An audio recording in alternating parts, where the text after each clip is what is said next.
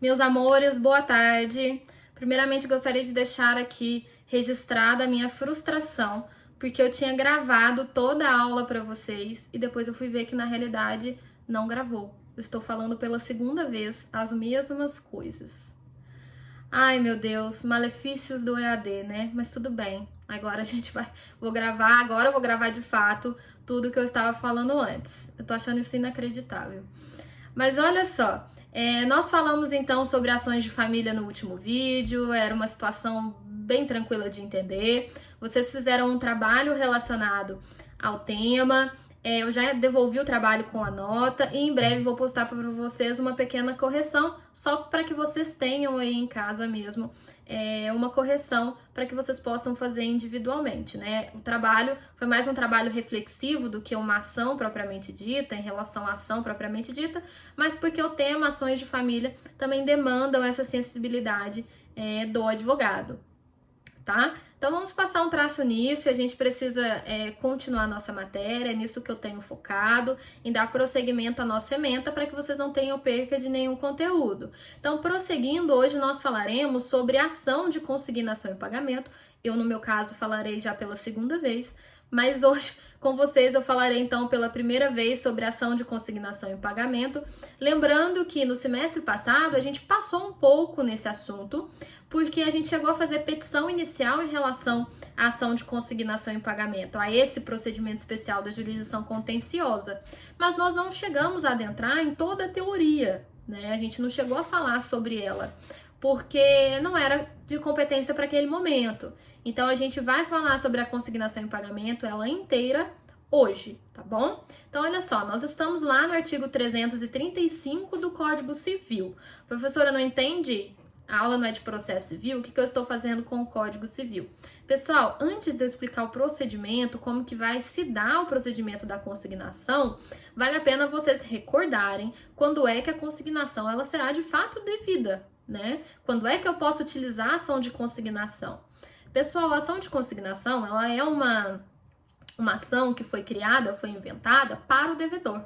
O devedor quer pagar e por algum motivo ele não consegue. Ou ele não consegue pagar porque o credor não quer receber, ou ele não consegue pagar porque ele tem dúvida de quem legitimamente deva receber, ou porque o credor mudou de endereço e o devedor agora não sabe aonde o credor está residindo, ou porque o credor está morando em local perigoso ou de difícil acesso. Então, é uma ação que foi feita para o devedor. Logo, a gente já consegue visualizar que a parte autora desse processo é o devedor e o réu é o credor. Então, cuidado com essa pegadinha, porque a gente tem o instinto de colocar como réu o devedor. E não é. Essa ação foi feita para o devedor, ok? Acontece que esse procedimento ele pode se subdividir em dois distintos. E vocês vão entender por quê. O procedimento vai ser de uma forma se o credor se recusou a receber. Eu sei quem é o credor, o juiz entendeu quem é o credor, mas o credor ele não quer receber, por exemplo, justificando que o montante é insuficiente. E um outro procedimento vai ser diferente quando houver dúvida em quem legitimamente deva receber. Aqui tem um problema a mais. Além da realização do pagamento, o juiz vai ter um outro problema, que é descobrir quem é que deve receber, se é o João ou se é a Maria. Por isso, a gente vai ter dois procedimentos distintos, tá? Até um certo ponto, esses procedimentos são iguais, mas de um ponto para frente vai ter uma segunda fase no que tange a dúvida de quem legitimamente deva receber. Então, nesse primeiro momento, nós falaremos sobre o primeiro subprocedimento, vamos dizer assim, que é a consignação fundada na recusa em receber o valor. Nós estamos no artigo 335 dos incisos 1 a 3. Aqui, incisos 1 a 3, toda a matéria é sobre recusa em receber o valor, ok? Muito bem. Então, pessoal, antes da gente entrar no procedimento propriamente dito, a gente tem que recordar algumas coisas que nós vimos nas aulas do semestre passado, como regras de competência, por exemplo. Nós falamos sobre obrigações quesíveis, obrigações portáveis, não sei se vocês se recordam disso. Talvez vocês lembrem do nome, mas não lembrem do conteúdo. Pois bem, a gente precisa saber o conteúdo para saber para onde eu vou endereçar a minha petição do meu procedimento que eu optei, que é a ação de consignação em pagamento. Pessoal, a regra geral do Código Civil é que toda obrigação, ela é uma obrigação quesível, salvo estipulação contratual em sentido contrário. Se eu tiver uma estipulação contratual de uma obrigação portável, aí a obrigação será portável. Se eu tiver eleição de foro, vai ser eleição de foro. Mas se não tiver nada, quer dizer que a obrigação é quesível. E o que é uma obrigação quesível?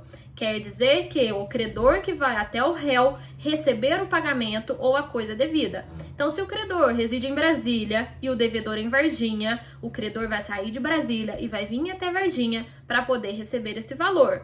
Logo, se a obrigação é quesível, quer dizer que o processo será distribuído na comarca do devedor, que é o autor da ação, ou seja, Varginha. Porque, na verdade, quem está se deslocando é o credor, tá? Muito bem. Agora, é possível que haja uma cláusula dizendo sobre a obrigação portável. Se a obrigação é portável, é o contrário. O credor vai ficar quietinho lá em Brasília e eu, Priscila, que sou a devedora, vou sair de Varginha e vou até Brasília para entregar o dinheiro ou a coisa. Então, sendo a obrigação portável, a petição inicial será distribuída na comarca do credor, que é o réu da ação. Então, Brasília. Muito bem. Acontece, pessoal, que essa obrigação, elas têm regrinhas de competência que é competência relativa. Então, é possível que dentro do contrato, e muitas das vezes acontece, vai haver eleição de foro. Ou seja, um foro que não é nem do domicílio do réu e nem, talvez, do domicílio do credor. Lembra que o credor mora em Brasília e a devedora Priscila mora em Varginha? Vamos supor que a gente tenha elegido um foro para pagamento, cujo local seja São Paulo. Se eu eleger São Paulo, nós dois elegemos São Paulo, o processo será distribuído na comarca de São Paulo. Aí fica mais fácil porque houve eleição de foro. Mas muito cuidado, se a questão não fala nada, que não teve eleição de foro ou que a obrigação não é portável, quer dizer que a obrigação é quesível, tá? Então, quem sai da sua cidade é o credor que vai ir até o devedor para poder receber. Então, fica aí essa recordação sobre a questão de competência e obrigações lá do direito civil. Ótimo, tendo estabelecido então a nossa competência, vale a pena a gente recordar quem é parte legítima para o polo ativo e quem é parte legítima para o polo passivo. Pessoal, a gente já viu que autor vai ser o devedor, então a gente põe aqui devedor, autor, e o réu vai ser o credor, réu, tá? Isso a gente já viu desde o início do vídeo. Agora, é possível que o legitimado ativo não seja o próprio devedor. Pode ser que alguém tenha interesse em realizar o pagamento em nome dele, ou um terceiro interessado, ou um terceiro até mesmo não interessado. Nesse caso, se o João quiser pagar para a Priscila, no lugar da Priscila, ele deverá fazer isso por conta e nome da Priscila, por conta e em nome do devedor, tá? Ótimo. Polo ativo, então, passamos um traço. Polo passivo será o credor, aquele que tem o poder de receber e dar a quitação. Evidentemente que se o credor faleceu, aí o polo passivo será constituído pelos sucessores ou pelos herdeiros, a depender do momento lá da sucessão do direito sucessório, partilha e por aí vai, ok? Muito bem.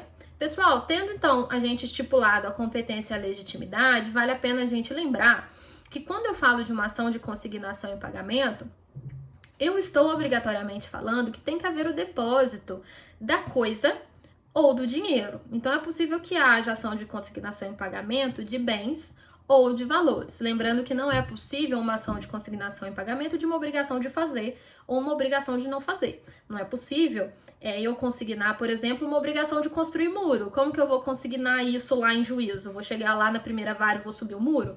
Não tem jeito. Então, obrigação de fazer e não fazer não é possível consignar, mas bens e valores, sim, tá? Antigamente, no Código de Processo Civil de 73, existia uma audiência engraçada que se chamava audiência de oblação. Então, eu distribuía a ação de consignação em pagamento e a primeira coisa que o juiz fazia era designar essa audiência. E essa audiência de oblação, ela era instituída para que o credor pudesse se deslocar até o juízo para, em audiência, receber o valor. Isso não fazia muito sentido, né? O procedimento especial, ele tem um rito que é mais célere.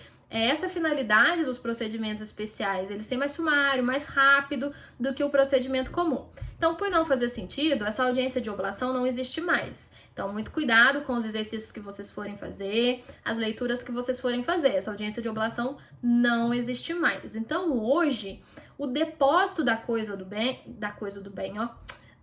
barra coisa ou do dinheiro, ela será realizada em juízo e a gente vai ver como que se dá esse procedimento, tá bom? Vamos ver isso já já. Só que, quando eu tenho montante relacionado a valores, eu não necessariamente preciso ajuizar uma ação de consignação judicial em juízo. Eu posso optar em realizar essa consignação pelas vias extrajudiciais, ou seja, no estabelecimento bancário competente para tal, que hoje é, por exemplo, o Banco do Brasil. Então, eu só vou ajuizar essa ação de consignação judicial se, por exemplo, eu tentei efetuar no banco e o credor não quis receber, ou eu não quis passar por essa etapa, eu quis ir direto para a esfera judicial, porque a consignação extrajudicial ela é uma faculdade, tá? Ela não é uma obrigatoriedade. Então, eu posso ou não utilizar desse instrumento. Normalmente, a gente utiliza porque aí o credor vai, recebe e não precisa de ter uma ação judicial. Mas lembrem-se, esse depósito extrajudicial só é possível em dinheiro. Não é possível eu consignar no Banco do Brasil, por exemplo, uma mesa, uma coisa, um computador, um celular, não tem como. Então, extrajudicial, tão somente em relação a bens. Ei, meu Deus, tão somente em relação a quantia, a dinheiro. Bom, como que funciona isso lá no banco, né? Vamos supor que eu quis exercer essa minha faculdade de realizar o depósito de 10 mil reais no Banco do Brasil. Não quero ajuizar uma ação judicial, pretendo que o credor compareça ao estabelecimento para poder retirar o dinheiro. Pessoal, a partir do momento que eu faço esse depósito extrajudicial, que hoje é no Banco do Brasil, o próprio banco vai expedir uma notificação com aviso de recebimento. Então, o devedor ele vai ter conhecimento se o credor ele teve ciência dessa notificação ou não. E aí, o credor ele vai ter 10 dias para tomar algumas medidas. Ou ele vai se omitir, não vai comparecer, ou ele vai recusar de forma expressa, vai falar para o banco, não recebo, esse valor é insuficiente, não concordo, ou ele vai optar por receber. Pessoal, se o credor optar por receber o valor, o banco vai liberar o valor para ele vai retirar o dinheiro e aí a obrigação vai ser dada como satisfeita, é evidente. Então fica muito mais fácil. Agora, se houver uma recusa expressa do dinheiro que está à disposição do credor, vai nascer para o devedor um certo ônus para que ele possa aproveitar desse depósito extrajudicial. A partir da manifestação do credor lá no banco, o devedor ele vai ter aí um prazo de 1 mês para poder distribuir a ação judicial a fim de aproveitar aquele depósito, tá? Então, ele vai ter aí 30 dias para poder ajuizar a ação de consignação judicial. Tendo passado esse 1 mês e o devedor não distribuído a ação de consignação em pagamento judicial, o valor que está disponibilizado no banco vai ser liberado para retirada do devedor. O devedor vai retornar no banco e vai retirar o dinheiro. Pessoal, entendam, não quer dizer que se eu não realizei a ação judicial, eu vou perder o direito de ajuizar a ação de consignação em pagamento. É lógico que eu não vou perder esse direito. O direito que eu vou perder é do dinheiro lá depositado. Então, agora, o que vai acontecer se eu quiser distribuir a ação judicial? Eu posso distribuir? Evidentemente que eu posso, né? Obedecendo o prazo prescricional para tanto, vou poder.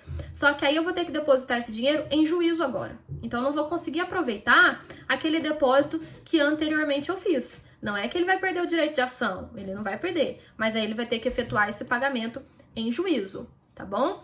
Então, vamos supor que se trata de dinheiro, de valores, eu fiz esse depósito extrajudicial, o credor ele não concordou, ele manifestou que não concordou, então agora eu vou distribuir essa ação judicial.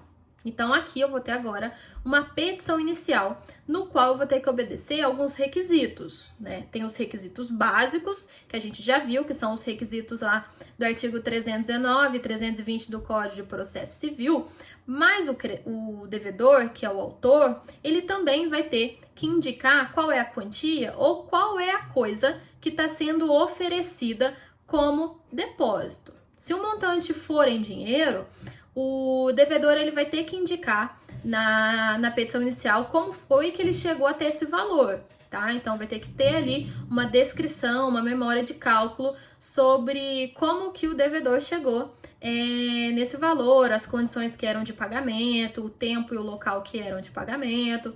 Então, descrever de forma dinâmica e detalhada esses fatos, tá bom?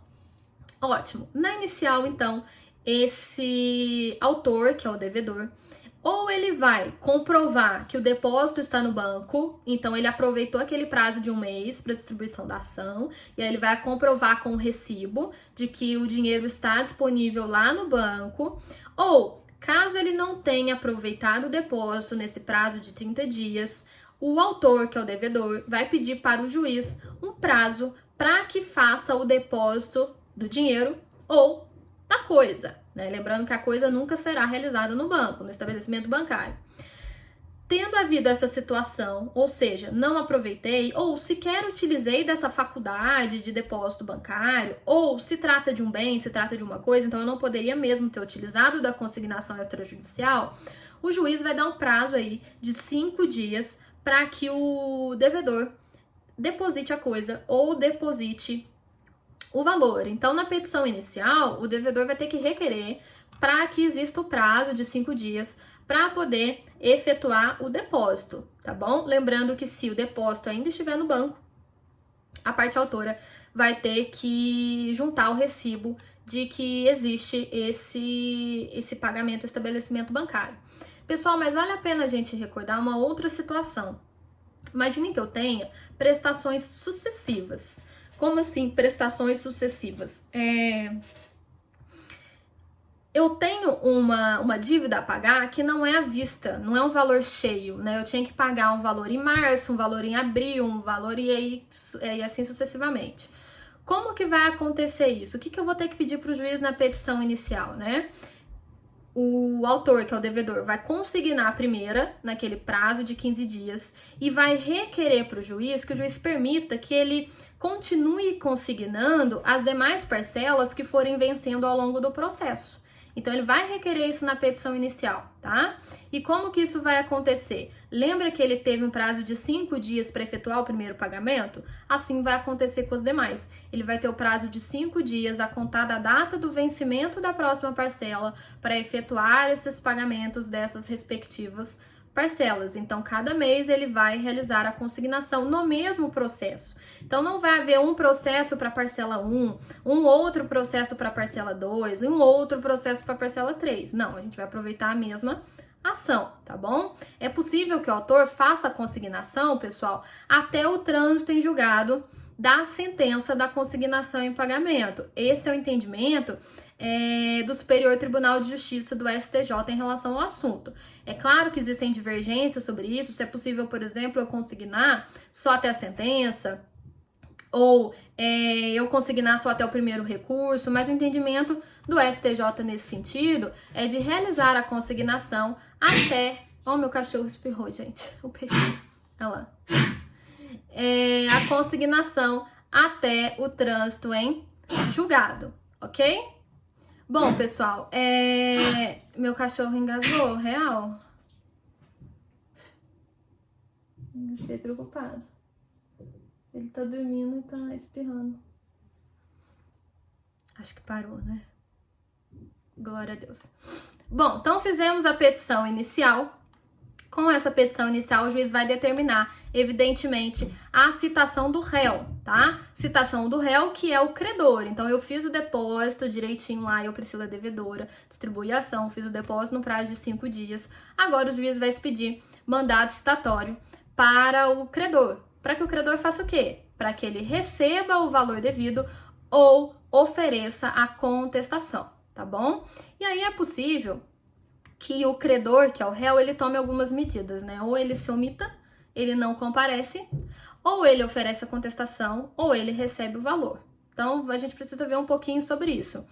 Imaginem que o credor se omitiu. Ele não falou nada, ele foi devidamente citado e não falou nada. A sua omissão, pessoal, vai implicar na extinção do processo sem resolução do mérito, tá? Agora, se o réu foi citado para receber o valor ou a coisa, ou para oferecer oferecer a contestação, a gente vai ter um outro procedimento. Se o credor aceitar o valor e a coisa, o juiz vai extinguir o processo com resolução do mérito. E aí, nesse caso, o réu que vai arcar com o pagamento das custas e despesas processuais, tá? Então, o credor, que é o réu, aceitou, retirou o pagamento que foi liberado pelo juízo, e aí, além dele receber, ele vai ter que arcar com as custas dos honorários advocatícios e com as custas do processo e dos honorários advocatícios, porque leva em consideração, pessoal, que o credor não queria receber. E aí foi em juízo e recebeu? Ué, então aí agora ele vai ter que arcar com esse ônus, tá?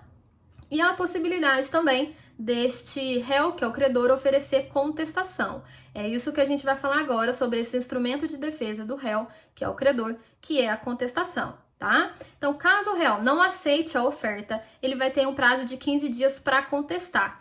E aí o artigo 544 traz as matérias que podem ser debatidas numa eventual contestação. Por exemplo, o credor ele pode falar que não houve recusa em receber esse valor. Ele pode falar, olha, ele em momento nenhum comprovou de que eu recusei. Não existe prova documental, por exemplo, de que eu recusei esse valor. Ele pode alegar que o depósito não foi efetuado no prazo e no local devido. Quer dizer, estava estipulado que a gente iria receber no dia 14 de abril. Ele chegou para me entregar o dinheiro no dia 20 de abril.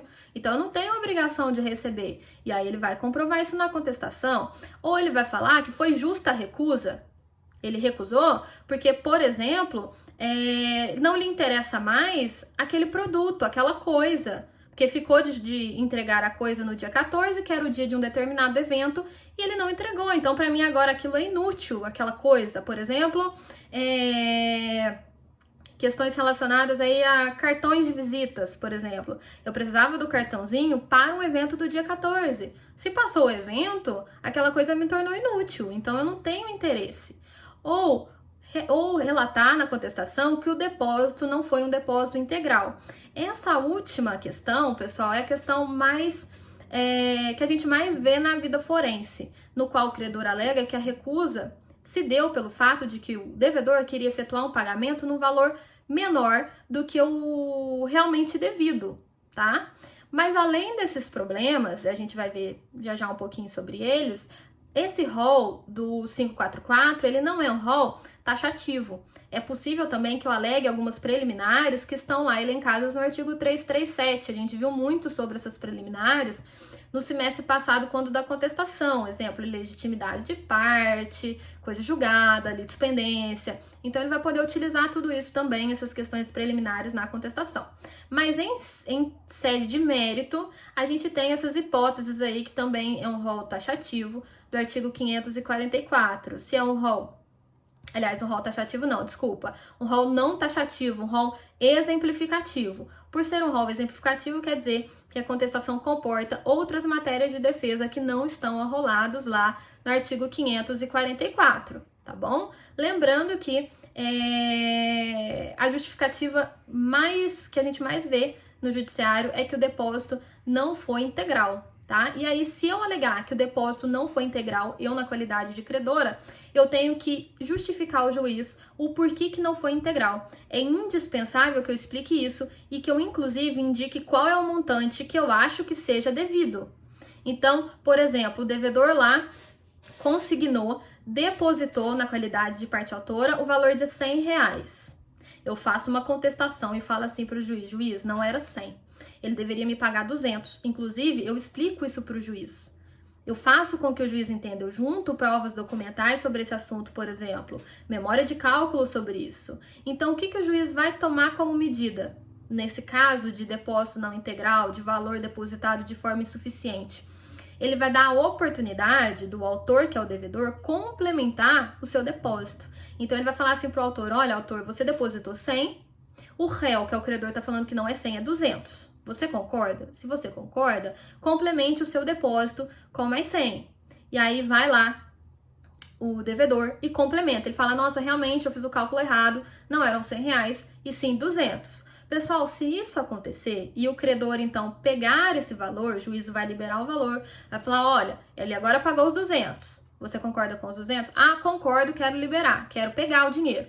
Ele pega o dinheiro. Nesse caso, vai haver um ônus agora para o autor, que é o devedor. O que o juízo vai entender? Ué, ele poderia ter efetuado o depósito todo lá no início e não efetuou. Então agora, quem vai arcar com as custas do processo, os honorários advocatícios, não é mais o credor, não é mais o réu. Agora será você, devedor autor, porque você não cumpriu com a sua obrigação desde lá do início. Então vai haver a possibilidade de efetuar essa complementação, mas caso seja complementado e o credor retirar, aí vai haver um ônus para o autor, que é o devedor, em relação ao pagamento dos honorários e das custas processuais, ok? Lembrando que nessa contestação também é possível pedido de reconvenção. A gente está no procedimento especial, então a reconvenção, neste caso, ela é possível, ok? Lembrando que a complementação do depósito, que eu mencionei para vocês aí antes, que eu esqueci de mencionar, essa complementação, ela será feita num prazo de até 10 dias. Então, o juiz vai dar aí 10 dias para que seja complementado o depósito ou que ele não complemente, que ele entenda que aquilo seja devido e a ação continue normalmente, tá bom? Agora, pessoal, imaginem o seguinte, que o juiz ele tem duas opções, né? Ou ele vai julgar procedente ou improcedente a ação de consignação em pagamento judicial. Quando ele julga procedente a ação de consignação em pagamento, quer dizer que ele está concordando com o devedor, tá? Cuidado com isso. Ele está concordando que, na verdade, o devedor tinha que ter depositado 100. Então, ele julga procedente em relação à ação de consignação em pagamento.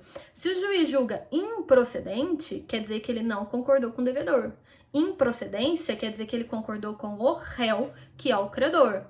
Então, o juiz entendeu que não era 100 e sim 200, ok? Então, muito cuidado com essa questão, porque quando fala procedente, entende-se talvez que o credor que tem